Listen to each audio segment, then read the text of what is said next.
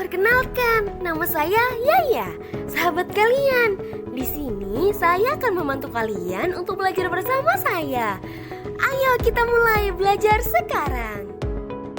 Hari ini kita akan belajar tema 4, berbagai pekerjaan, dengan subtema 1, jenis-jenis pekerjaan. Kita akan belajar tentang apa itu sumber daya alam, bagaimana cara pelestariannya, dan juga pekerjaan yang terdapat di sekitar kita. Ayo kita mulai. Pertama, kita akan belajar mengenai sumber daya alam. Tahukah kalian di sekitar kita terdapat banyak sumber daya alam? Perhatikan gambar di bawah ini. Ya, itu adalah gambar matahari dan gambar tanaman padi. Kalian tahu tidak bahwa matahari dan tanaman padi adalah salah satu sumber daya alam yang terdapat di sekitar kita? Berdasarkan contoh tadi, kita dapat ketahui bahwa sumber daya alam adalah segala sesuatu yang berasal dari alam dan dapat digunakan untuk memenuhi kebutuhan hidup dan kesejahteraan. Berdasarkan jenis sumber daya alam dibagi menjadi 2, yaitu sumber daya alam hayati dan sumber daya alam non-hayati.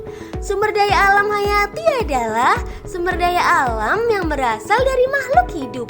Sumber daya alam hayati dapat berasal dari hewan maupun tumbuhan, misalnya padi, jagung, sayuran, ayam, dan sapi. Sedangkan sumber daya alam non-hayati adalah sumber daya alam yang bukan berasal dari makhluk hidup. Contohnya sinar matahari, udara, air, dan tanah.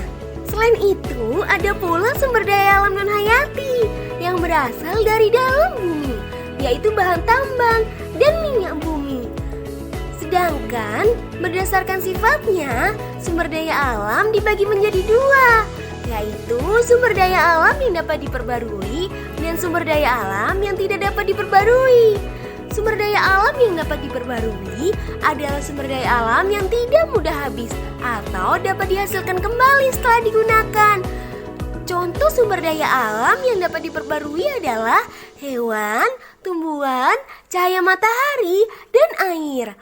Sumber daya alam yang tidak dapat diperbarui adalah sumber daya alam yang bisa habis jika digunakan terus-menerus karena proses pembentukannya membutuhkan waktu yang lama. Contoh sumber daya alam yang tidak dapat diperbarui adalah batu bara, emas, dan minyak bumi. Kondisi alam di Indonesia ada yang berupa dataran rendah, dataran tinggi, hingga daerah pantai dan laut. Keragaman kondisi alam ini membuat adanya keragaman sumber daya alam. Seperti halnya di tempat tinggal kita ini, Madura. Di Madura, sebagian besar daerahnya adalah dataran rendah dan juga daerah pantai dan laut. Oleh karena itu, sumber daya alam yang dihasilkan sebagian besar adalah hasil pertanian, seperti buah salak, padi, jagung, kacang, tanaman jati, dan juga hasil laut. Sedangkan untuk daerah dataran tinggi seperti Bogor, Bandung, dan Malang, hasil sumber daya alam yang dihasilkan sedikit berbeda dengan kita yang tinggal di daerah dataran rendah. Karena di daerah mereka dekat dengan pegunungan, suhu di sana pun lebih sejuk dibandingkan di daerah dataran rendah. Oleh karena itu, masyarakat sekitar memanfaatkannya untuk dijadikan perkebunan buah dan juga sayuran. Sumber daya alam yang dihasilkan dimanfaatkan oleh manusia untuk membantu kehidupan sehari-hari. Pemanfaatan sumber daya alam dapat dimanfaatkan secara langsung maupun melalui proses pengolahan. Yang pertama, pemanfaatan sumber daya alam secara langsung, yaitu pemanfaatan air untuk mandi dan mengairi sawah, pemanfaatan hasil tanaman sayur dan buah untuk dikonsumsi, pemanfaatan cahaya matahari untuk mengeringkan pakaian dan membantu pembuatan garam, pemanfaatan tenaga hewan kuda untuk menarik delman.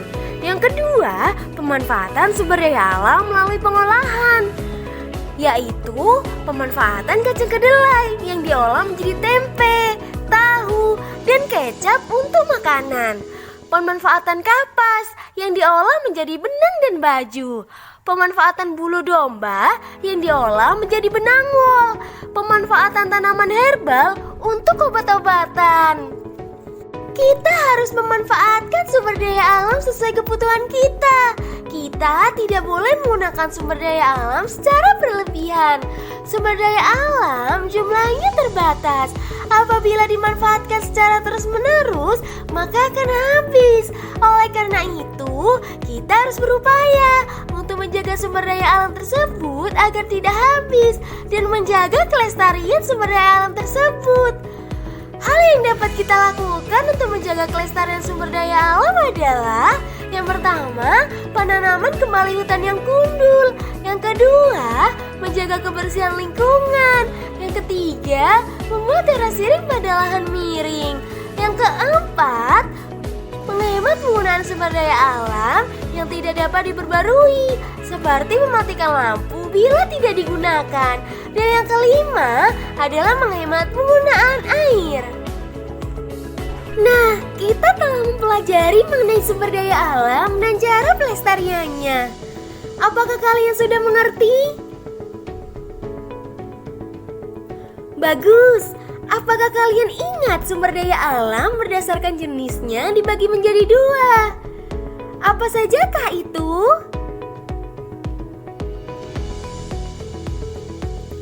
Tepat, kalian hebat.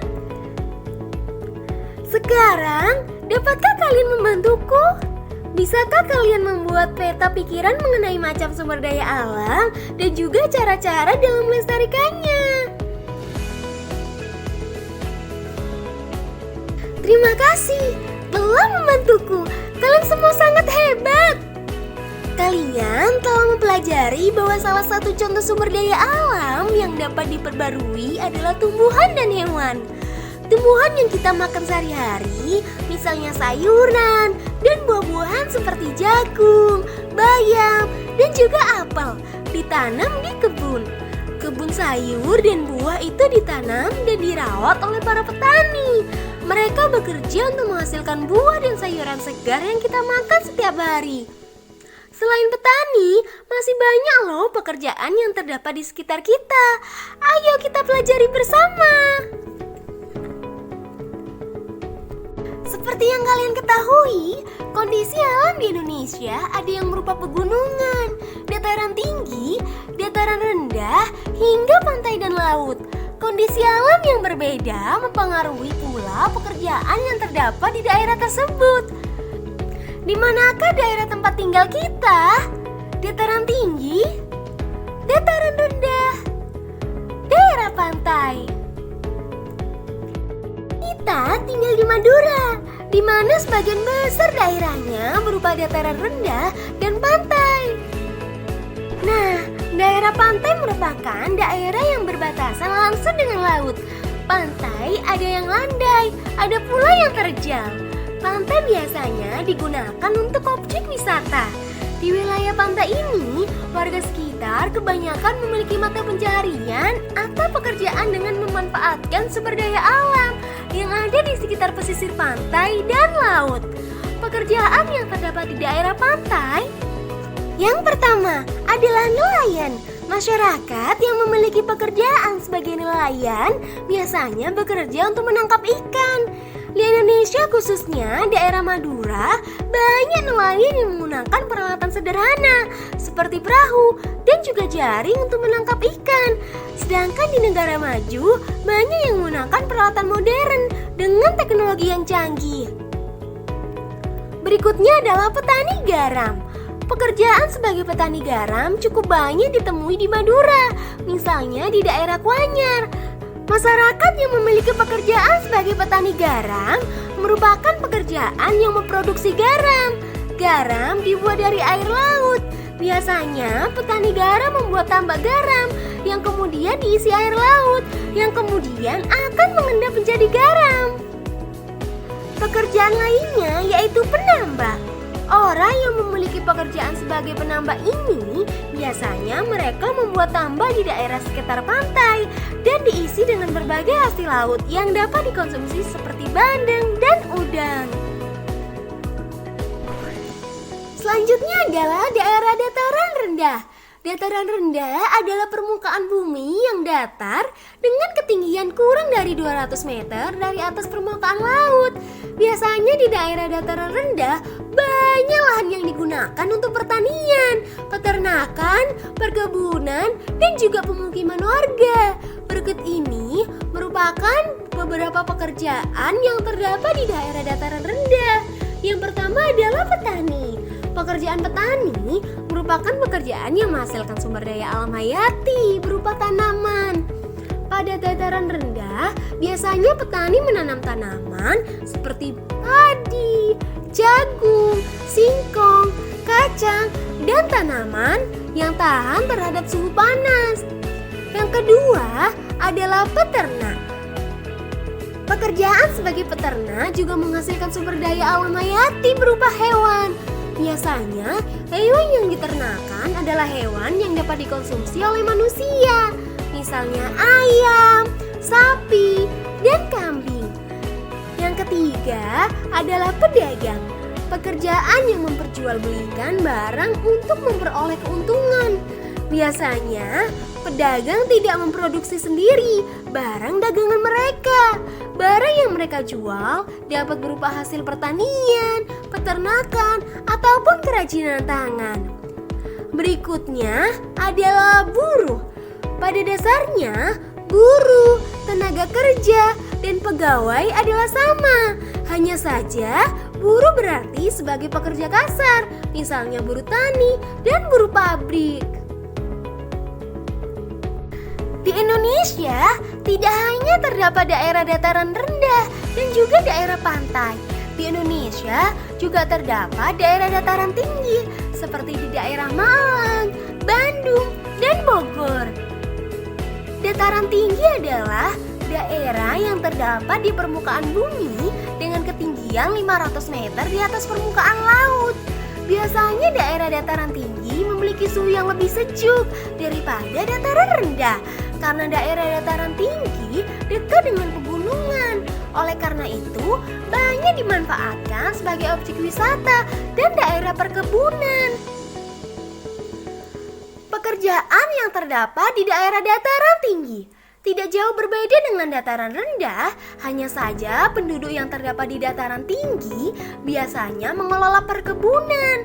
Perkebunan yang terdapat di daerah dataran tinggi biasanya menanam jenis tanaman yang hanya dapat tumbuh di daerah tersebut, seperti beberapa jenis sayuran, seperti kembang kol, brokoli, dan juga jenis buah-buahan seperti teh, kopi, apel, dan juga stroberi.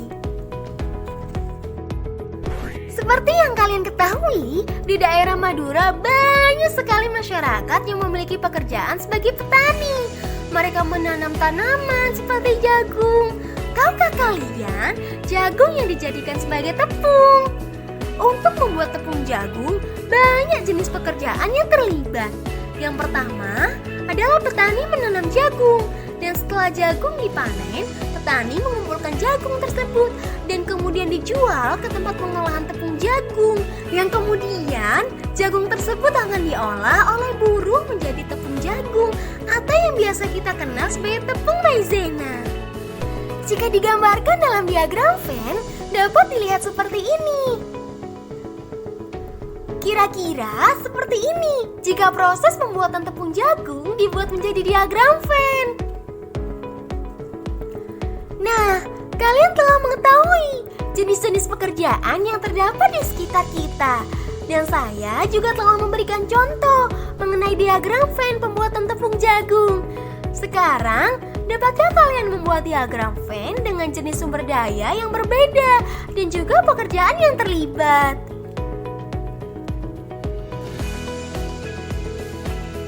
Wah, kalian semua hebat! Kalian membuat contoh diagram Venn yang bagus. Tidak terasa waktunya untuk pulang. Bagaimana pelajaran hari ini? Menyenangkan bukan? Saya juga senang belajar bersama dengan kalian. Terima kasih telah belajar bersama saya. Sampai jumpa lain kali.